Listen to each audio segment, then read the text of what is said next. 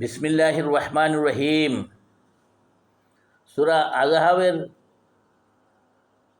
৫-৬ নম্বর আয়াতে আল্লাহ কি বললেন দেখেন। আল্লাহ তার রাসূলকে বললেন, হে রাসূল, আপনি তাদের বলেন, তোমরা যখন মানুষ যখন কাউকে ডাকবে, অন্য মানুষকে ডাকবে, তখন তাদের পিতার পরিচয় ডাকবে। এটাই হলো ন্যায়সঙ্গত। যদি পিতার পরিচয় না জানে, তাহলে তারা তোমাদের ধর্মীয় ভাই অথবা বন্ধু, মনে রাখবে। পরের আয়াতে কি বললেন? হে রাসূল, মমিন লোকের জন্য সব থেকে আপনজন হলো নবী সাল্লাল্লাহু আলাইহি সাল্লাম। তাহলে একজন মমিনের সবচেয়ে আপনকে? নবী করিম সাল্লাল্লাহু আলাইহি সাল্লাম। আর কি বললেন? নবী স্ত্রীরা মমিনদের মা।